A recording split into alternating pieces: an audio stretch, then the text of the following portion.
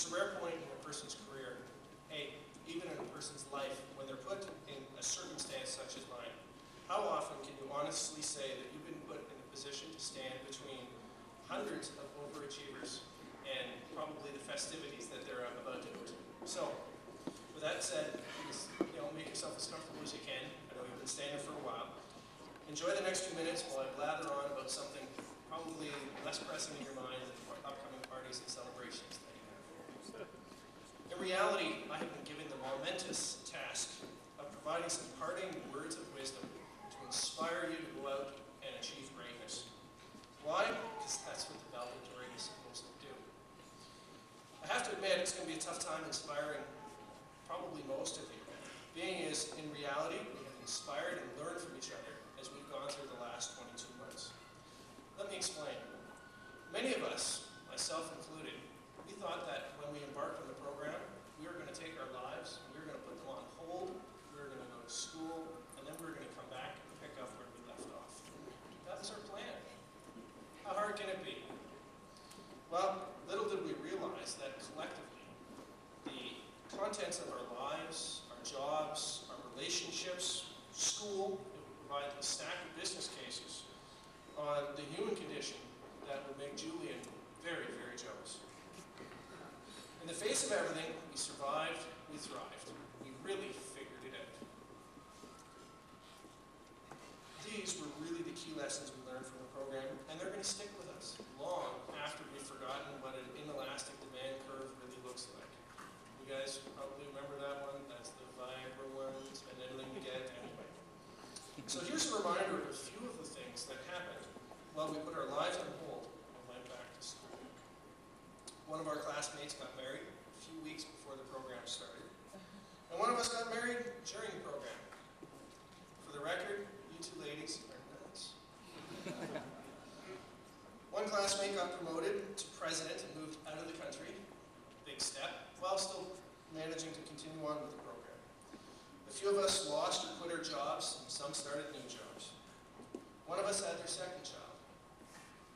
One of us decided that he would A, have a baby, B, move, C, start a brand new career direction. He went from being an engineer at Intel to being a power trader. I think, again, it must be a West Coast thing, and for the record, he too is nuts. A few of us picked up our families, moved across the country to take advantage of some job opportunities. I'm thinking compressed gas, and I'm thinking Pepsi. One of our classmates became a first-time grandfather while the program was going on. One of us traveled internationally to care for a sick parent. One of us lost a niece, one of us lost a father. All while the program was going on. And my pages are on. One of us got a new boyfriend, dumped the loser, got another one, dumped him too, and then found another one.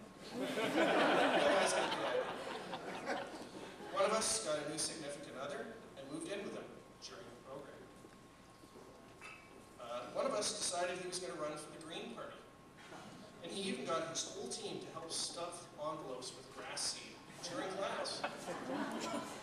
And all of us finished hundreds of assignments and literally thousands of pages of reading. Quite an accomplishment while the program was going on. But it's not just the large turning point events that affected us. It's the way we collectively dealt with the day-to-day stuff. The things that cropped up, which helped us to grow and helped to inspire us.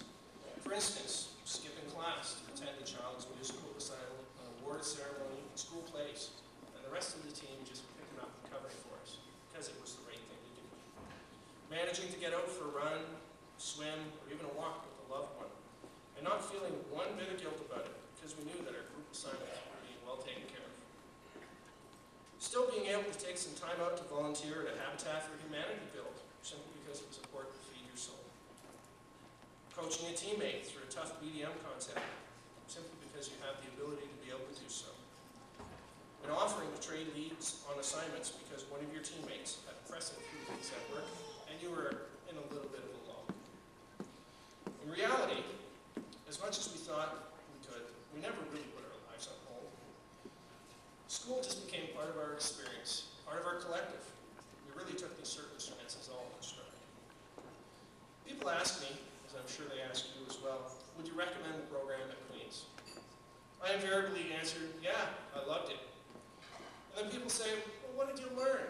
And they expect to hear an answer about, well, I learned about marketing, and this about finance, and this about economics, and this about IT.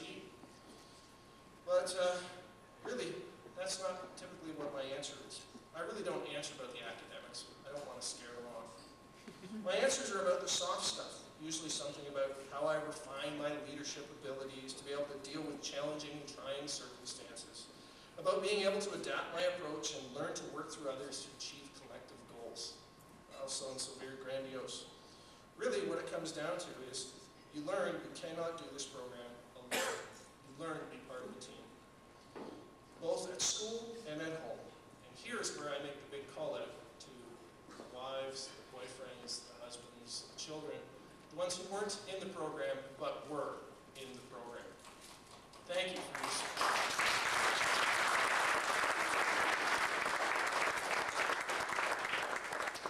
So really when it comes down to it, teamwork is the biggest thing you learned. Once again, Julian would be so proud you figured it out.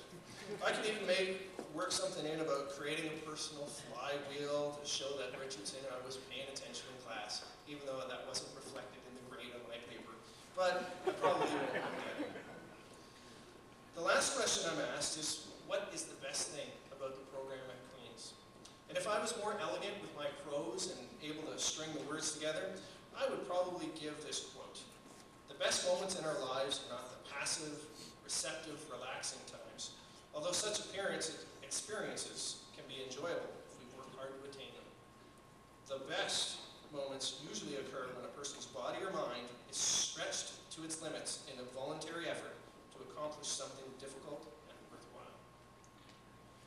Such experiences are not necessarily pleasant at the time they occur, yet they could have been the best moments in life, which is really what the Queen's program is. But since I'm not so really elegant with the prose, my answer would be something about the best thing in the program being I learned a lot about myself and a lot about others. Unfortunately, everything we've learned is quickly forgotten if we don't have the courage to make it part of our day-to-day living.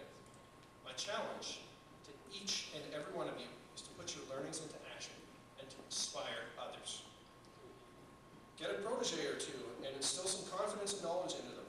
Sit on some boards, sit on some councils, even for free if you have to. All around you, create an environment of